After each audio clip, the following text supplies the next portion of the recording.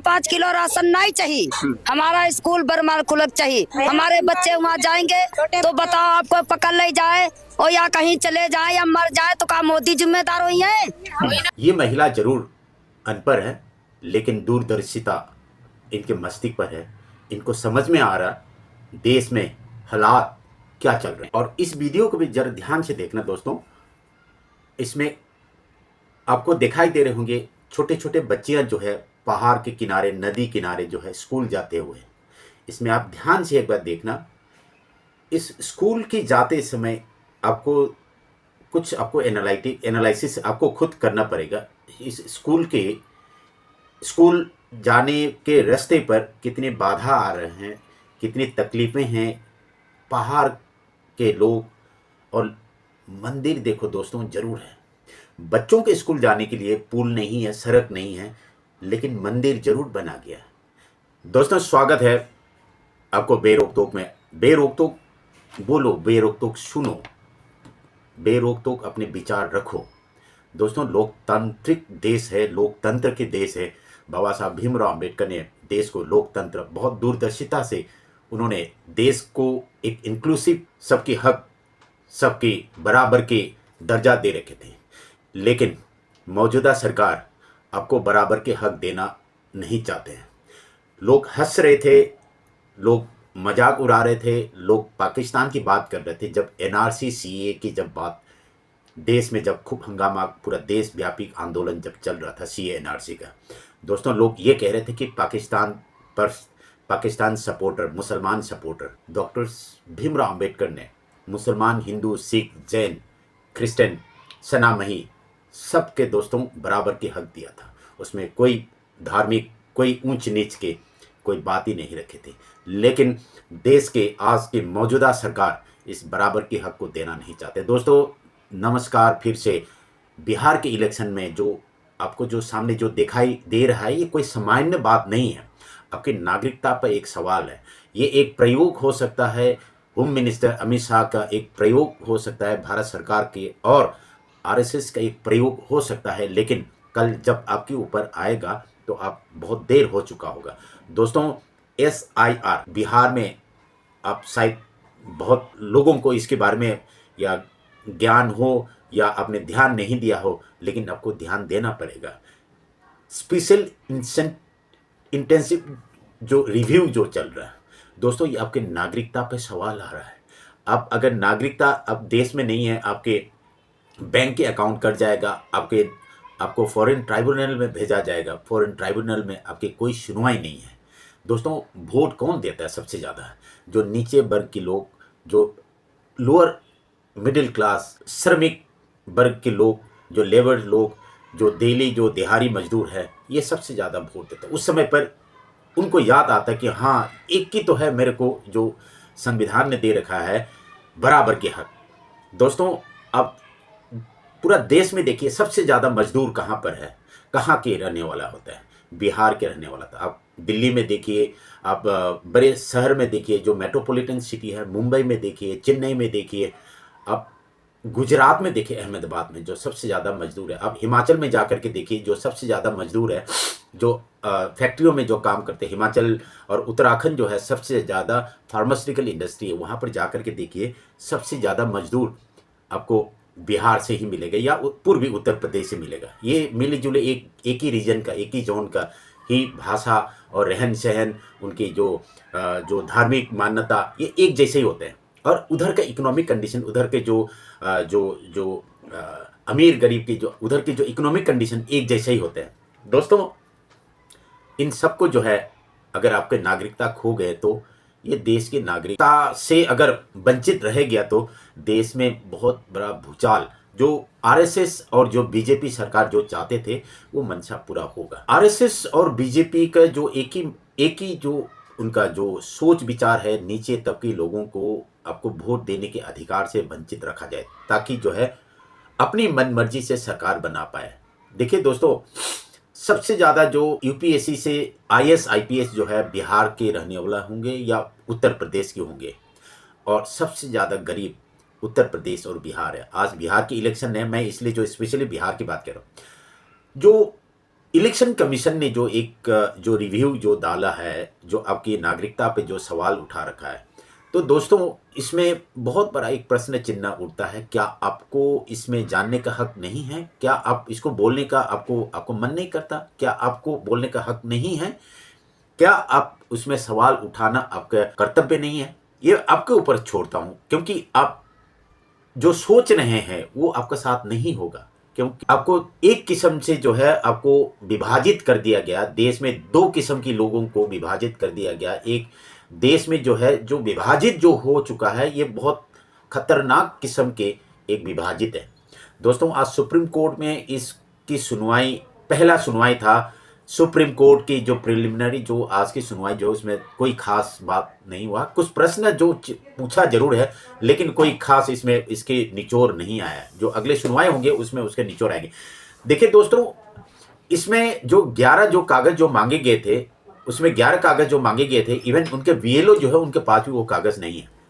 देखिए दोस्तों, इसमें एक जो सबसे खास बात जो है, जो सीमांचल एरिया में, बिहार का सीमांचल एरिया में उसकी मान्यता नहीं है। आपके वोटर आईडी का, आपकी जो आधार कार्ड का मान्यता इस एसआईआर की जो रिव्यू जो है इसमें मान्यता नहीं। कारण क्या है? सीमांचल एरिया में मुस्लिम बहुमूल क्षेत्र है। सीमांचल में सबसे ज़्यादा पॉपुलेशन जो है मुसलमानों का है, क्योंकि आपको मुसलमानों को और जो एससी एसटी, खास करके मैं ये कहना चाहता हूँ ओबीसी वर्ग के लोग, उनको भी, जो गरीब ओबीसी वर्ग के लोग जो है और शेड्यूल कास्ट और शेड्यूल ट्राइब जो है, उनको वोट की अधिकार से छीना जा रहा है।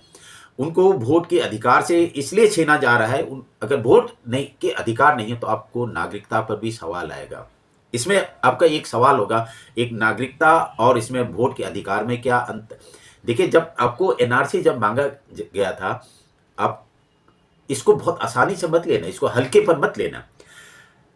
एनआरसी के जब कागज मांगते हैं, एनआरसी में जो है आपके जो माता पिता जो है उनका जन्म पत्र, उनके प्रमाण पत्र, ये भी मांगा जाएगा। जैसे पूर्व भारत का पूर्व हिस्सा जो है ये बाढ़ग्रस्त है, और खास करके जो उत्तर पूर्व में आप जाओगे तो ये जंगल एरिया, पहाड़ एरिया है। वहाँ पर जो है आपको जो नमक का एक केजी एक नमक का थैली लेने के लिए 48 घंटे 2 दिन का रास्ता तय करना पड़ता है। इवन इन उत्तरांचल में भी बहुत सारी जगह है, आपको नमक की थैली खरीदने के लिए आपको 2 दिन का पैदल रास्ता जाना तय करना पड़ता है। उसमें आपको कहाँ से आपको ये सारे कागज जो आप 11 कागज जो मांगे थे, उसमें जो मुख्य कागज जो है आधार कार्ड हो गए, आपका पैन कार्ड हो गए, आपके जो वोटर आईडी हो गए, आपका मनरेगा के कार्ड, जॉब कार्ड हो गए, राशन कार्ड हो गए।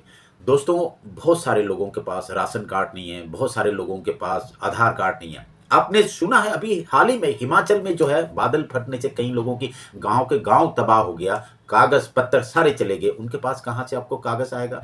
उनके पास कहां से आपका आधार कार्ड आएगा? उनके पास कहां से पैन कार्ड आएगा? उनके पास कहां से वोटर कार्ड आएगा? दोस्तों बहुत महत्वपूर्ण बात है, ये इसको हल्का पर मत लेना। पूरा देश खड़े हो जाना चाहिए था, लेकिन देश, मुझे नहीं पता आप क्यों सो रहे हो। देखिए दोस्तों, ये कल जब आपके पास ये जो है जो इंडिकेशन जो है जब आपके पास पहुंचेगा, आपका साथ खड़े होने के लिए कोई नहीं रहेगा। देखिए, सीमांचल एरिया में उन कागजों को बाकी जगह पर जो है वैध बता दिया, उसमें से कोई भी कागज एक दे दो और जो है उसमें मान्यता होंगे। लेकिन सीमांचल कौन सा स्पेशल? सीमांचल क्या भारत के एक हिस्सा नहीं है? सीमांचल प्रोविंस जो है क्या पाकिस्तान में चले गए? क्या सीमांचल बांग्लादेश में चले गए? क्या सीमांचल भूटान में चले गए? क्या सीमांचल जो है इसमें क्या नाम है नेपाल पे चले गए? क्यों उनके कागज नहीं माने जाएंगे? क्योंकि आपको मुसलमानों को टारगेट करना था, मुसलमानों की घर पे पंजाब जो बुलडोजर चलाना था। क्योंकि जब आपके पास अगर वो आपके पास आधार जो नागरिकता नहीं रहेंगे, आपकी संपत्ति जब्त किया जाएगा, आपके बैंक अकाउंट को डीएक्टिवेट किया जाएगा, फॉरेन ट्राइब्यूनल में आपको भेजा जाएगा जहां पर कोई सुनवाई नहीं होता। आपने सीए एनआरसी के समय पर आपने सुना था असम में जो है कई लोगों के घर जो है, कई लोगों को जो कंसंट्रेशन कैंप में भेजा गया था। देखिए दोस्तों, इसको मैं आपको बहुत सीरियसली, बहुत गंभीरता से बता रहा हूं। इस मुद्दे पर जो है आपको एक साथ खड़ा होना चाहिए। योगेंद्र यादव इसके सुप्रीम कोर्ट में जो है एक पिटिशनर है इसमें, लेकिन कांग्रेस और जो बाकी दल के लोग जो है वो भी उठा रहे हैं। लेकिन ईवीएम के मुद्दा पर इसमें कोई सवाल नहीं उठा रहा। मैं फिर बार बार, मैंने 2-3 बार इस बेरोक टोक के माध्यम से मैंने आपको खबर पहुंचाया था कि कांग्रेस ने इस ईवीएम को लेकर के आया था, लेकिन कांग्रेस जो है इस ईवीएम को हटाने की लड़ाई में कोई फुल प्रूफ या कोई जोर शोर से कोई आंदोलन या कोई आवाज़ नहीं उठा रहा है। यानी कि बीजेपी और कांग्रेस दोनों ही चाहते हैं इस ईवीएम को इस्तेमाल किया जाए। आपके प्रश्न होगा कि ईवीएम जो है, इतनी जो देश डिजिटाइज हो गया, देश इलेक्ट्रॉनिक के माध्यम से चल रहा है, लेकिन दोस्तों आपको पता है कि इलेक्ट्रॉनिक के माध्यम से देश चल रहा है तो आपके बैंक से कितनी हैक होता है, आपकी अकाउंट खाली हो जाता है। अमेरिका, जर्मन, जापान जैसे जो विकसित देश है वो ईवीएम से क्यों उनका इलेक्शन नहीं करवाता? आपने कभी सोच के देखा क्या? अब ये कहेंगे कि देश इतना प्रगति हो गया, इतना टेक्नोलॉजी एडवांस हो गया, फिर भी जो अब जो पहले जैसा जो जो जो थप्पा लगाते थे वो उसकी तरफ क्यों जाना चाहता, पीछे की तरफ क्यों जाना चाहता? देखिए, कुछ चीज़ें ऐसे होते हैं, वो मैनुअल चीज़ें जो है उसी पे ही अच्छा लगता है। जब आप वोट डालते समय आप जो स्टैम्प जो है उसमें आपने घोड़ा, गधा, शेर, कुत्ता, बिल्ली को जो आप मोहर लगाते थे, आपको पता चलता है कि भाई मैंने फलाना सिंह को, मैंने फलाना देवी को मैंने वोट डाला है। लेकिन जब आप ईवीएम के बटन दबाते हो, बेशक आपके सामने टीट की आवाज़ आकर के आपको चिन्ह जरूर दिखाता है, मैंने कुत्ता, बिल्ली, शेर, गधे को मैंने वोट डाला है, लेकिन उसके अंदर क्या हो रहा है? अब शायद कंप्यूटर के भी बहुत अच्छे जानकार लोग हैं, क्योंकि आजकल सबके पास कंप्यूटर, मोबाइल और जितनी ऐप, सॉफ्टवेयर जब जब अपडेट मालूम है तो सामने और कुछ दिखाई देता है, पीछे और कुछ खेल चल रहा है। ये भी सब आपको आप जानते ही हैं। तो फिर आप ईवीएम के खिलाफ क्यों आवाज़ नहीं उठाते? फिर हम आते हैं जो बिहार की जो इलेक्शन की जो स्पेशल आदेश की जो मुद्दा जो है। देखिए दोस्तों, ये बहुत गंभीर है, गंभीरता से लेना चाहिए। असम में जब एनआरसी कर रहा था, जब सीएबी, जब देखिए सिटीजन अमेंडमेंट एक्ट से पहले, सीएए से पहले सीएबी आया था। सीएबी लोगों ने सोचा सिर्फ ये तो असम का मुद्दा है, हमको क्यों आवाज़ उठाना है? जब आपके पास ये डंडा, ये कानून आपके पास आया तो पूरा देश खड़ा हो गया था सीएए के खिलाफ, लेकिन उसमें मुसलमान छोड़ करके कोई इसके खिलाफ आवाज़ नहीं उठाया। बेशक उस समय पर जो है कोरोना की वजह से जो है वो आंदोलन दब चुका था, लेकिन सरकार ने धीरे धीरे धीरे धीरे करके सिलसिलेवार एनआरसी को इम्प्लीमेंट करने की कोशिश कर रहा है। जब आपके पास नागरिकता नहीं रहेंगे, फिर मैं आपको बता रहा हूँ, आपके पास नागरिकता नहीं रहेंगे तो आपके सारे जो सुविधाएं, बैंक अकाउंट सीज हो जाएगी, आपकी संपत्ति सीज हो गए। अब फिर बोलेंगे कि आप ऐसे कैसे बोल सकते हैं? हाँ, मैं बिल्कुल सही बोल रहा हूँ। आपके पास नागरिकता नहीं रहेंगे तो देश में अब संपत्ति रखने का अधिकार नहीं है मेरे दोस्त। गंभीरता से सोचना, मैं इसको बहुत सरल हिसाब से, सरलता से समझा रहा हूँ। और मैं देख रहा हूँ काफ़ी दिनों से मणिपुर के लोग जो है एनआरसी करवाने के खूब जोर लगा रहे हैं। मैं फिर बताता हूँ, मणिपुर के लोगों से एनआरसी करने से आपका ही नुकसान होगा, क्योंकि आपका मणिपुर में जो जंगल एरिया है वहाँ पर आपके माता पिता के जो प्रमाण पत्र, जन्म प्रमाण पत्र आप कहाँ से लाओगे? जहाँ 2 दिन पैदल चलता है, चलने के बाद जो है आपके नमक की डिब्बा थैली मिलता है, उस जगह पर आपने कहाँ से आधार कार्ड बनवाए होंगे?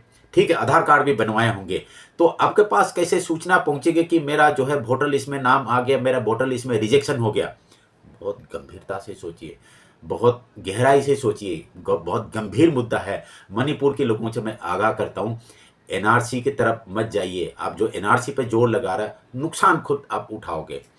Home minister Amit Shah, RSS, जो मौजूदा सरकार जो है वो चाहता कि आपके खिलाफ, आपकी कानून, आपकी जो नागरिकता जो खत्म हो जाए, आपकी संपत्ति जब्त हो, आपको बंधुआ मजदूर बनाए, आपको विदेशों में जो है डिपोर्ट किया जाए। आप कहाँ जाओगे?